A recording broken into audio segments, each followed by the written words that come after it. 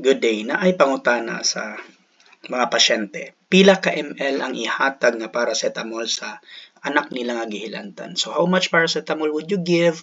No, is it 1 teaspoon? No, so depende, okay? So naay different types of preparation sa paracetamol, 250 per 5, 120 per 5 o 100 mg per ml. So this is drops, this is syrup. Basta per 5 syrup, okay? So pila man ni ka ml, no, sa 6 months old or sa 5-year-old. So wata kabalo, pwede gyapon nato sundon ang mga naasa nakasulat ani sa box sa imong box sa paracetamol, no. Kay kuan man naman dito 1 to 2-year-old pila ka ml, pero if you want to calculate na ay formula, no, atong timan-an, no, paracetamol ra matong discussion karon, 15 mg per dose per kilogram per dose ang average dose sa paracetamol. So this is the maximum actually, pero ang doktor mo gamit na siya sa range nga 10 to 15, okay? 10 to 15 mg per kilogram per dose. So atong i-calculate ha, example, no, muni ang atong sundon nga formula. Kung namoy calculator sa inyong smartphone, okay kaayo, pero kung walay calculator, so kani ang sundon nga formula, no. Timbang sa pasyente, ang kaning denominator ug numerator mao ni siya, no. Kaning 250 mo na ang numerator nimo, ang per 5 mo na imong denominator. Okay, dire sa drops, paracetamol drops, 100 mg numerator, ang imong ml, 1 ml man na siya, no, denominator. So okay, hatag tag example, no, basta sundon lang ni nga formula. So before tam hatag example, ang kaning 1 teaspoon di ay is 5 ml na siya. Okay, 4.9 milliliter or ml, 5 ml. So kung kanang kutsarita ba, so munang 1 kutsarita is 5 ml. So kung 2 kutsarita, 10 ml, no. Ang uban kanang kutsara gyud, no, pangkaon 1 tablespoon ang tawag. So 15 ml or 14.7 milliliter. So ang isa ka kutsara is 15 ml. Ang isa ka kutsarita is 5 ml. Na example dire 22 kilos nga bata, no, 5-year-old ni mga bata gihilantan. Nagpalit kag 250 per 5. Sundon nimo ni nga formula, okay? So muna ni siya ang mahitabo karon. So ang recommended dose sa paracetamol is 10 to 15 man, di ba? So ang atong gamiton is 13, no. Muna ang formula ha. Timbang 22 times 13 akong pagbuot, no. Pwede ka mo gamit og 10 to 15. Akong pagbuot is 13 akong gigamit. Times 5 muna siya ang imong denominator. Ang numerator nimo is 250, no. So since nga negligible ning 1, pwede nga i-rewrite nimo ni siya, inaani na ang pag-rewrite. So okay. So karon na kay 22 times 13 times 5, 1,430. Ma-eliminate ning kilogram, okay? So milligram per ml na lang, no. So milligram per ml na lang. So 22 times 13 times 5 kani siya divided by 250. So, ang imong ihatag sa bata is 5.7 ml. Daw bi, Dok, gitagaan ako 7 ml ang akong anak, no? Kay mo maingon sa akong silingan. So, sulod ba ni siya sa recommended dose nga 10 to 15? Pwede gyapon na imo i-calculate, no? So, inaani, 7 ml imong gihatag. So, sulod ba siya sa recommended dose nga 10 to 15? So, imo i-calculate. Using the same formula, no? Imo ra siyang mathematics ra. So, 22 times 5, no? So, 110. Okay? 110. Tapos RD man, no, so RD yung pangitaon. So ang kani siya imong i-criss-cross, so bumaning math nato 7 times 250. So 1,750.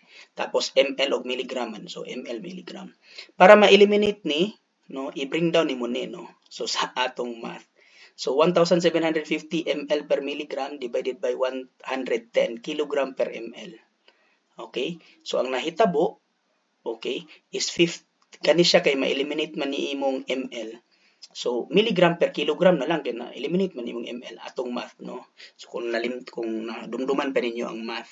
So ang RD nimo is 15.9 or 16 actually. So sobra siya gamay, no, kay 10 to 15 man imo 16, sobra kag 1 mg per kilogram. Overdose gamay. Pero dili ra man na makaon sa kaayo, no, basta di lang permihon.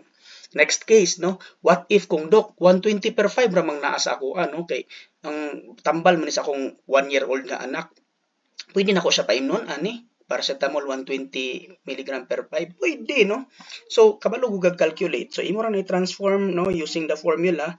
So, 22, no, tapos ang imong recommended dose, pili lang ka, no? So, 13 lang gyapon atong gamiton, okay? So, 22 times 13 times 5, 1,430. Daw kay ang imong numerator na lahi na nahimo ng 120. No, kay 120 per 5 man, di man 250 per 5. So, ma-divide na nimo 120, no? So, ang imong ihatag sa imong anak karon is 12 ml. Okay? So, 12 ml, no? So, ma-eliminate ba ni siya? Okay? Tapos kilogram, kilogram. So, 12 ml imong ihatag, no? Ganina, tagaan ra nimo og 5.7 ml. Pero karon, tungod kay ang imong gigamit is 120 mg per 5 ml nga paracetamol. So, 12 ml. Ingon dayon ka nga, Dok, what if 5 ml ra, 1 teaspoon ra akong gihatag sa akong anak nga 22 kilos? Imong i-calculate kung nisulod ba sa recommended dose, no? So, 22 times 5, so kani man imong pangitaon, divided by 120, no? So, 5 times 120, ang atong crisscross is 600 ml per milligram, ml per milligram. So, merge na siya. So, kaning 22 times 5 is 110. I-bring down lang din mong 110 para ma-eliminate, no? Eliminate na, pack. So, RD na lang, no? So, 600 divided by 110 is 5.45 milligram per ml. So, ang imong recommended dose na calculation is 5.68 di ay, no? 5.45, no? So, around that time, so, around that range, no? So, 10 to 15 man, actually 10 to 15, so wala ni sulod. So, underdose ang imong gihatag. So, kulang. Okay? Next. So, next, ha? So, 6 months. 6 months old nga anak, no? 4.8 kilos. Okay? So, gamitan ni mong formula. Okay? Sundon lang ni mong formula. So, ang imong gamiton karon is drops, no? Paracetamol drops. Okay? 100 mg per ml. So, 4.8 ang pasyente, gilantan. So, gamit kag 10 to 15. So, ang imong igamit is 13 lang, no? 13 lang gihapon. Okay, tapos drops man. So, ang imong denominator is 1 ml, no? Kay 100 mg per ml man. Divided by 100. Imong i-rewrite na ni, pwede rin imo ni utruhon. So, 4.8 times 13 times 1, 62.4 mg per ml, no? Ma-eliminate naman ng kilogram. So, munang milligram per ml divided by 100, no? So 0.6 ml. So ang imong ihatag sa imong anak karon nga 4.8 kilos is 0.6 ml. Dok, daw natagaan ako 1 ml. Tagaan nimo 1 ml. So calculate nimo, sulod ra dok, wala ra na overdose akong anak. Tan-aw nimo, no, imong calculate, no? So 4.8 derive man ni siya dani nga formula, okay? So 4.8 times 1, so 4.8 lang gihapon. 1 times 100, no? Equals 100 ml per milligram. So, para ma-cross na siya, ma-eliminate. So, ang nabili na lang 100 divided by 4.8.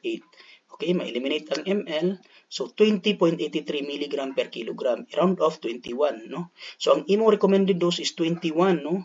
So, na-overdose, no? Kay 10 to 15 rabaya milligram per kilogram per dose. Na-overdose imong anak gitagaan imong 1 ml. Okay, so overdose siya. Basin makadaot na sa atay kung permihon og overdose, no? Kaya hepatotoxicity man ang paracetamol. Okay? So next example 4.8 pero ang imong gusto ko anon gamiton is katong sa imong 5-year-old nga paracetamol 250 per 5. Pwede ba na siya, Dok? Pwede gihapon, no? Imo rang i-solve, no? Okay? So 4.8 tapos 15, no? 15 pag hindi mo gigamit, Dok, 15 lang. O sige, 15. So 5, no? Divided by 250. Okay?